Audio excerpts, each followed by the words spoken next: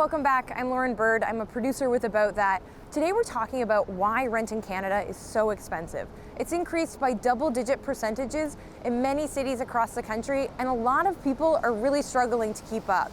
So to get a closer look at what's happening and to see if there's a sustainable way we can move forward, I'm going to go talk to someone who studies this. Hey, Nemoy. Hey, good to see you. Thanks so much for coming.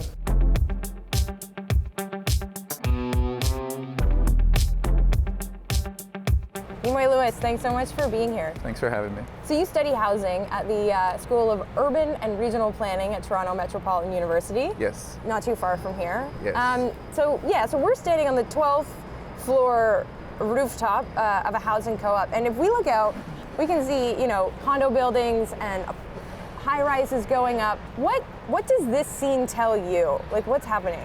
So when I look out, you wouldn't think that we have a housing problem when you see all these cranes litter the skyline and you look at, all the housing that's being built. But I think a big question that, needs to be asked is, are we building housing that is affordable for a vast amount of Canadians? And so how did we get here to this place where rents are, just skyrocketing? During the mid-90s, when, the federal government and the provincial government got out of the housing business, and as a result, private corporations and private entities were left to fill the gap that was left in the market. A lot of the housing that's being built is vastly unaffordable because a lot of these companies have a fiduciary responsibility to maximize their returns on their investment, which at the expense of Canadians' ability to afford housing.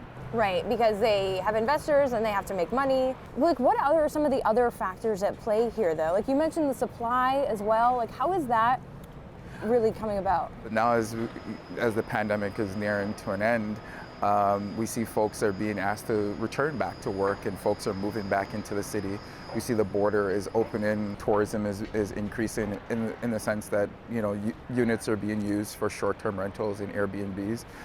And that's putting a huge strain on supply at the current moment. Costs for these landlords are also increasing.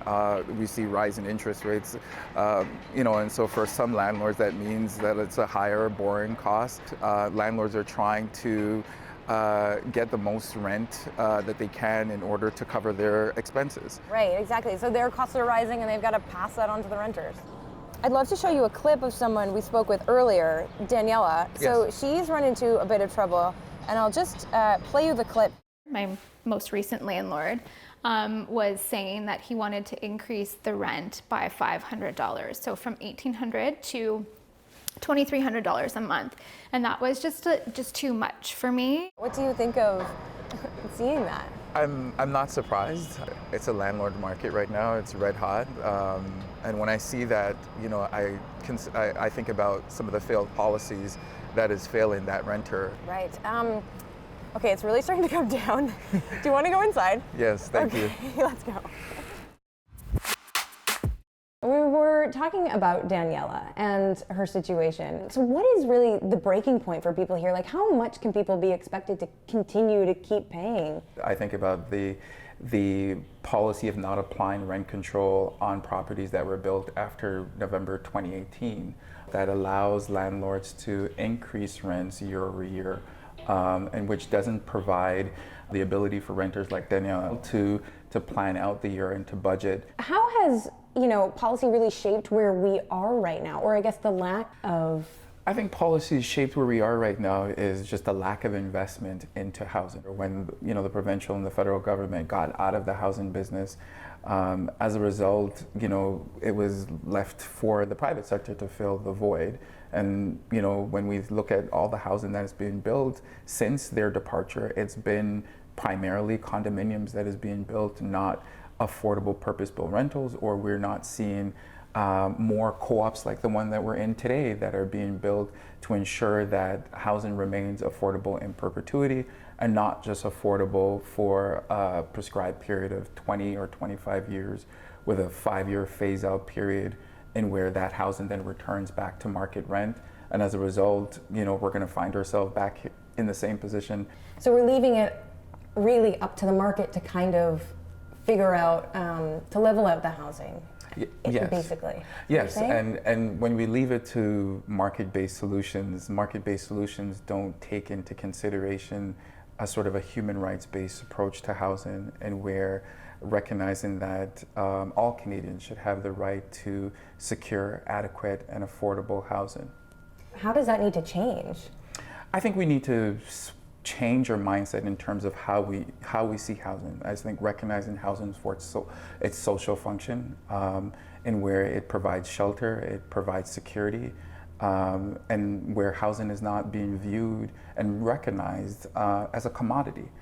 Mm-hmm. So when you talk about the commodification of housing, how has that really played out in cities in like Toronto or anywhere else in the country? Once the government got out of the housing business, you had a large number of corporate entities that sort of entered the fold and entered the market in terms of becoming housing providers. These are primarily real estate investment trusts, private equity firms, asset management firms, and even some of Canadian public pension funds have gotten into the housing business. How does that play out for a renter? You're going to have tenants that are, being forced to make certain sacrifices in terms of cutting back on groceries or relying on food banks in order to survive, or even cutting back on desperately needed medication. The folks that are struggling the most are the folks that are living alone, who are, new entering the market, or even missing from the discourse are seniors and elderly folks who can't afford some of these exorbitant rental increases that we see in the market. Developing is so expensive. Like, who other than a corporate entity can actually afford to do it? The government. Okay.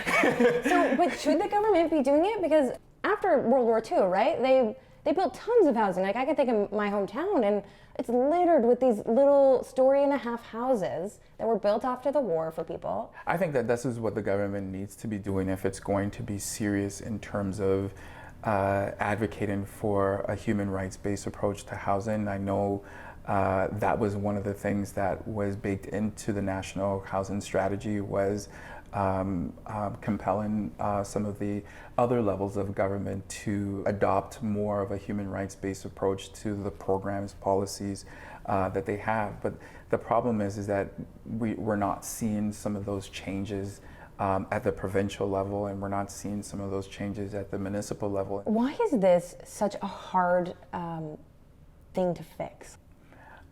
That's a very good question. Why is it so hard to fix? I think part of it is, is there a willpower to sort of address these issues? I think, it's upon us as constituents to put pressure on our political officials that, housing is becoming vastly unaffordable. And as a result, folks are having to pay, increasing amount of their household income on shelter, which is also causing problems to where folks are not getting into home ownership because, one, they just cannot save with these increasing rents, the down payments that's required. Nemoy Lewis, thank you so much. Thank you for engaging me in this conversation.